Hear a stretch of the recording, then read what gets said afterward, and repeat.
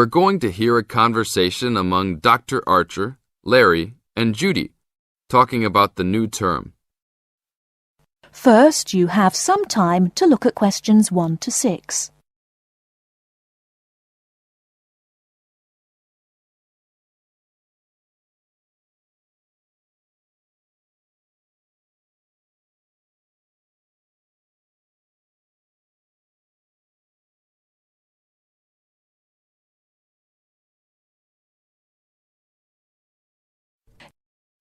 Okay, everybody, welcome back to the new term. I hope you've all had a good break and that you're keen to start on your research project. What I'd like to do this morning is to give you a chance to ask questions about the project, requirements, ways of approach, how to get help if you need it. Today is informal. It may be already written on paper, but it's nice to have an opportunity to have it confirmed. So, any questions? Dr. Archer, is there a confirmed due date yet to hand it in? Yes, I can now confirm that it's 16th of July, not 15th as first advised. Okay? And what about the word limit? Well, there is some flexibility on this, but in general it's 8 to 10,000 words. Ah, I see. And you can choose your topic, anything from years 2 and 3. Yes? I still can't work out what I want to do it on. In that case, you should see your course tutor to agree on your final topic, and you should also be aware that there is special assistance available at the library on library resources if you need help on that. Can I just check on the deadlines for everything? Certainly. Look, let me write it on the board when each stage should be completed. First of all, you've got to work on your basic project outline, and that's due in to your course tutor by 21st of February. Which is only 2 weeks away, so you need to get cracking on that. Do we have to include a full reference list by then too? No, your reference list is due on 6th of April, which is 1 week later, so you have time to discuss this with your tutor. And when should we be doing the research? Well, that's over a 1-month period, essentially April to May. And the write-up? Well, you need to do quite a bit of research before you get going on your writing. So that's really May to July, with the due date for handing in on the 16th. Any more questions? Before you hear the rest of the conversation, you have some time to look at questions 7 to 10.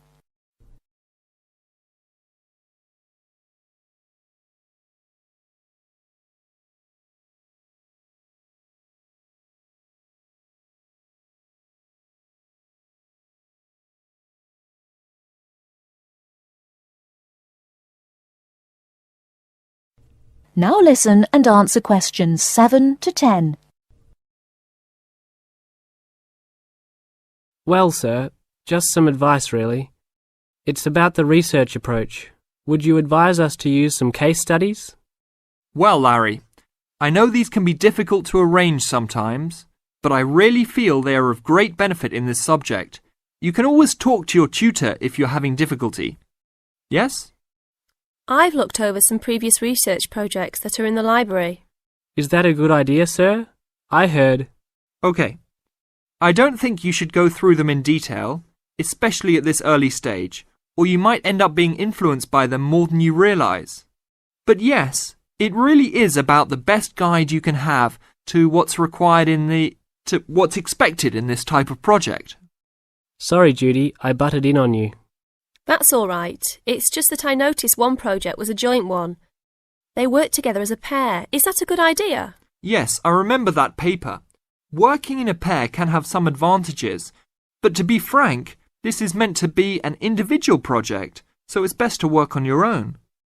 About using subjects, is it okay if we use family members? Your own relatives? I don't see why not.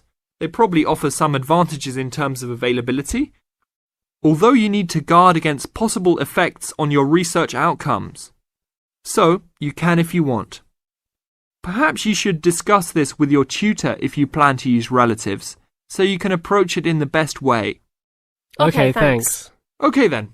Well, I hope we've been able to sort out a few things. You're welcome to see me at any time or drop me a note if you have any more queries. Fine, thanks. That is the end of part 1. You now have half a minute to check your answers.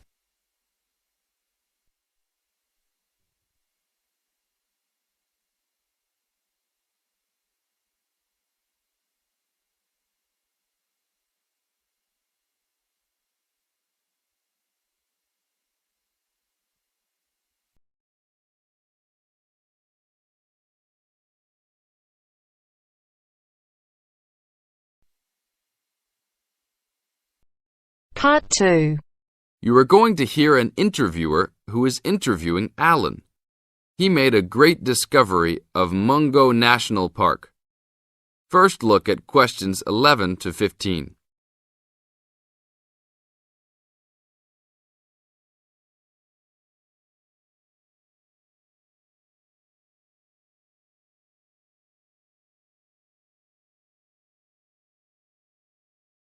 As you listen to the first part of the interview, answer questions 11 to 15.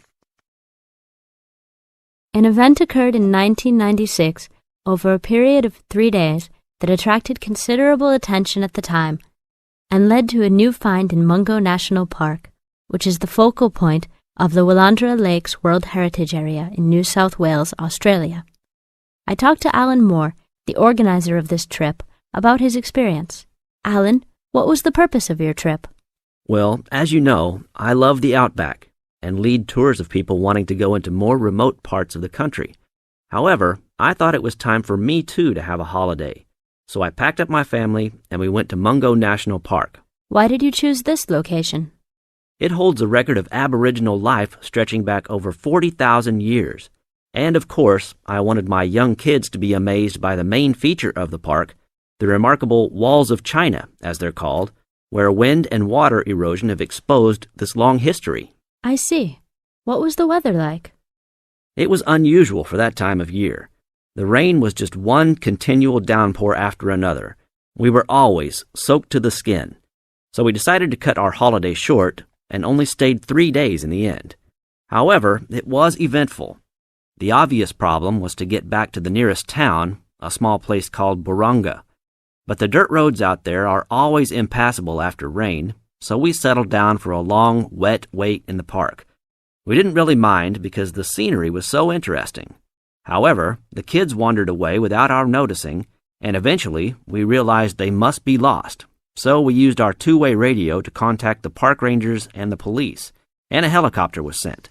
Luckily, the kids were found within a few hours, but they'd made an important discovery. Now look at questions 16 to 20.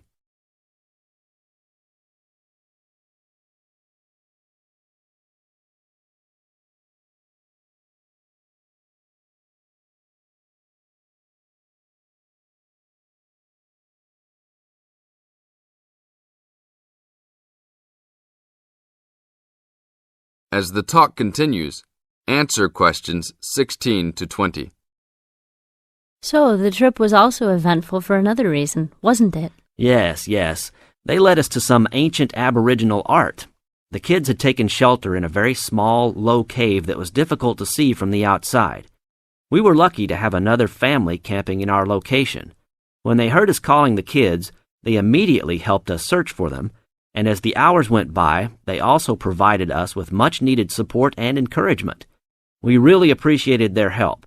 And as we were already soaked through after looking for the kids for a couple of hours, they even made sure we had enough dry clothes to wear.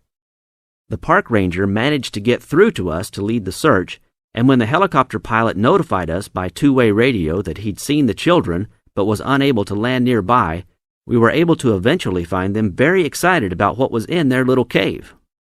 And what did you think of their cave? Well, after squeezing in, I must say I was impressed, and managed to take a few photos of it before we left. There were many faint markings and dots on the wall. It was difficult to tell what they represented because they were so small, but people from the museum who have since visited there said the markings were similar to some other findings in the area, and later confirmed they were very old. Although it's now a protected site, the children like to call it their cave, and are allowed to visit it when a ranger can go with them. Thank you, Alan. If you go to Mungo National Park, you can see the entrance to the cave and some of Alan's photos at the ranger station. Alan continues to lead tour groups in the outback, and if you want further information... That is the end of part 2. You now have half a minute to check your answers. You now have half a minute to check your answers.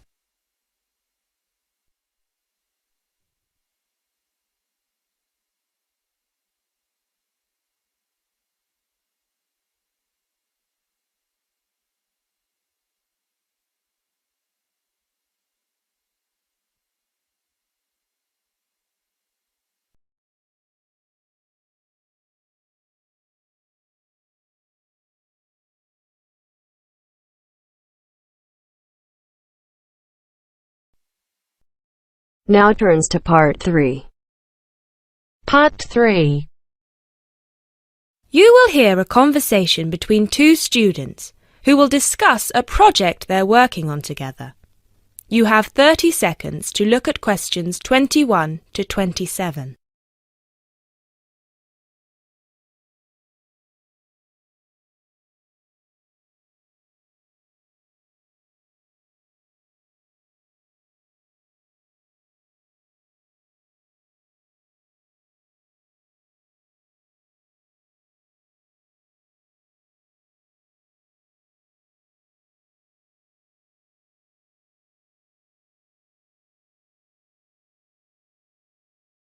Hey Jess, glad you could make it.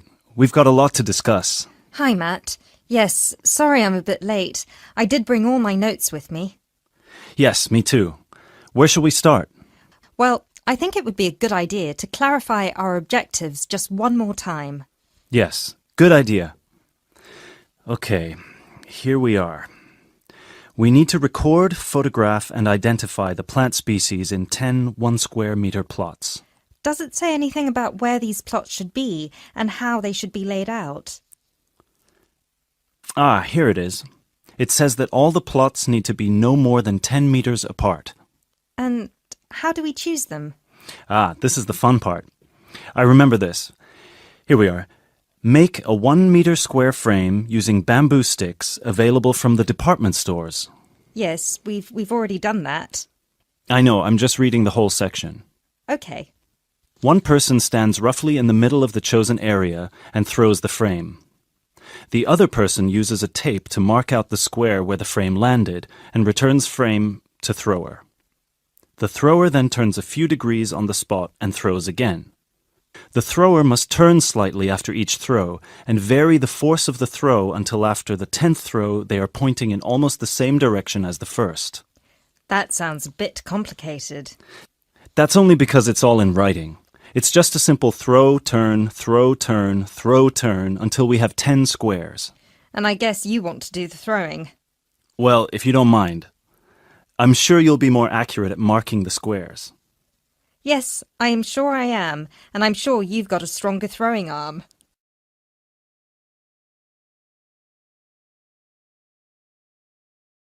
You now have 30 seconds to look at questions 28 to 30.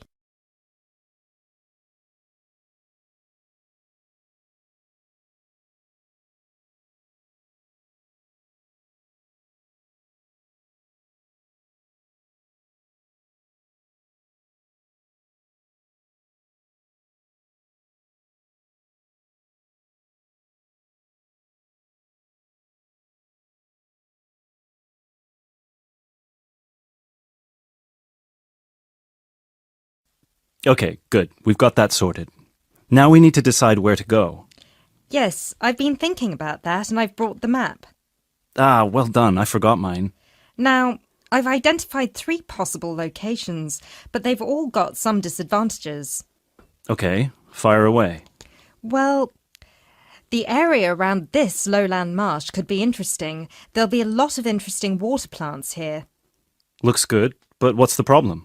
Mainly that it's already a designated nature reserve, and I think there's already been a lot of research done here. Ah, I see. Well, I'd rather do something that's new and can be useful. I agree. That's why I identified this area further west. See, here, behind the beach. Oh yes, I see. That area there, where it's flat, but quite high. Exactly. If you look a bit further inland, you'll see that there are hills which will protect that area from strong north winds. I see. Excellent. But what's the problem? Just that it may not be very interesting. We know that the geology there is not conducive to a wide variety of plants. I agree. So what's your last idea? Well, I think this one is a bit of a winner, although I did want to show you the other two. Look up here on the north coast. Where? See this bay? Well, I know that there's been quite a lot of studies done here, but a bit further to the east, behind this headland. No one has ever looked at that. Well, I certainly couldn't see any studies. That is interesting. And the plant life could be a bit different because of the shelter from the wind the headland provides. Exactly. Brilliant, Jessica. That's a great idea. We'll go there. Thanks. Now all we have to decide is when is a good time. That is the end of part 3. You now have half a minute to check your answers.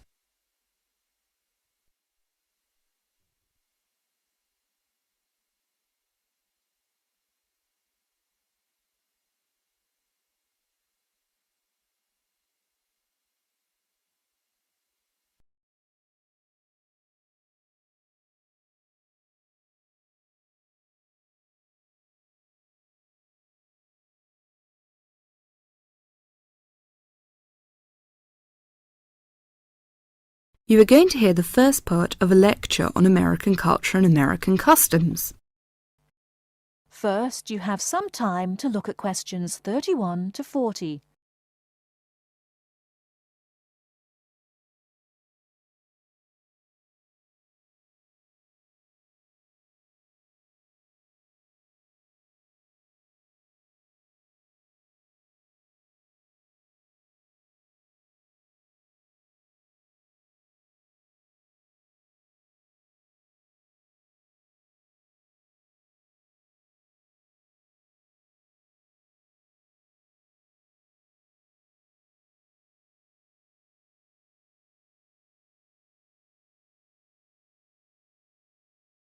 Now listen carefully and answer questions 31 to 40.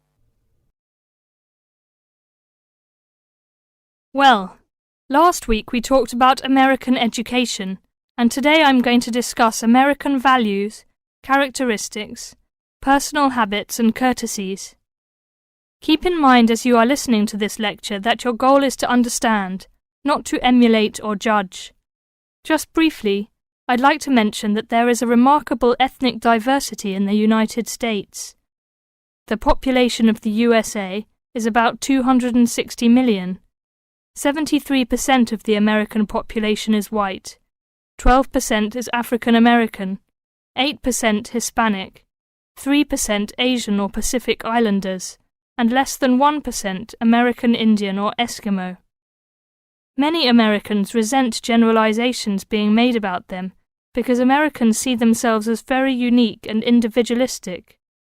On the other hand, Americans tend to lump foreigners together into one lot and condescendingly view foreigners as people who are not as intelligent or sensible as Americans.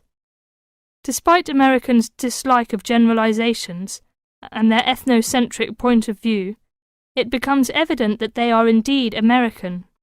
Americans value individualism, independence, informality, directness, punctuality, achievement, and competition. Individualism is probably the most highly esteemed value in the American culture and an important key to understanding American behavior. In the historical development of the country, individuality was crucial for survival. If you asked Americans to characterize the ideal person, they would probably use adjectives such as autonomous, independent, and self-reliant.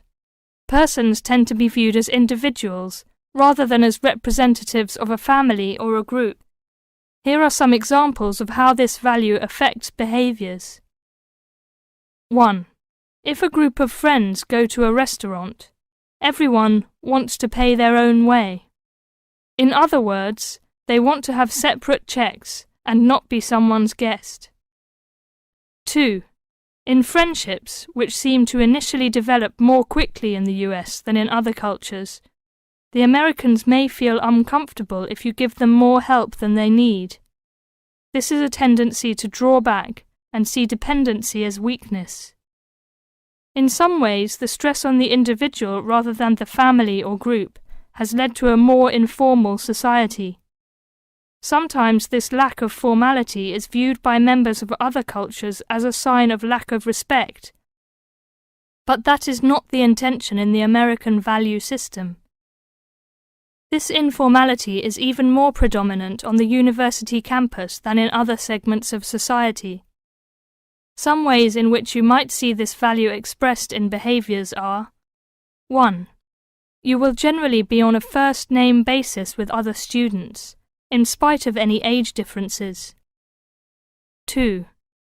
Dress is very informal on campus. 3. Language is informal and sometimes confusing.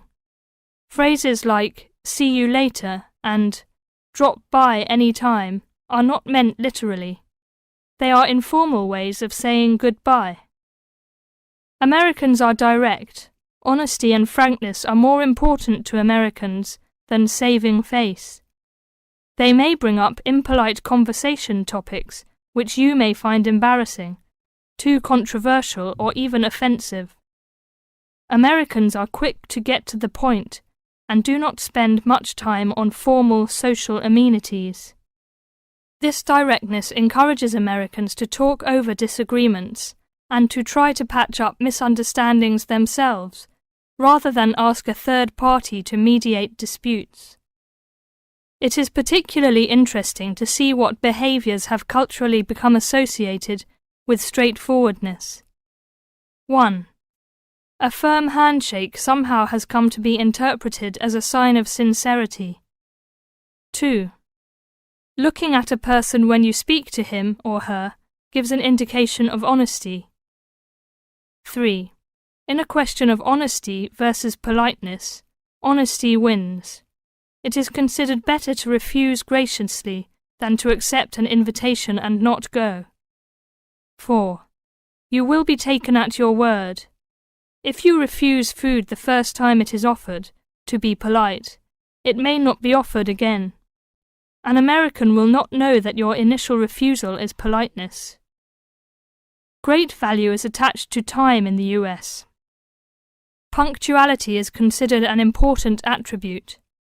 As with all values, there are different rules of acceptability in different cultures. In the US, you should be present for school or business appointments at the exact time agreed upon. In social appointments, you can arrive 10 to 15 minutes after the agreed upon time without giving offence.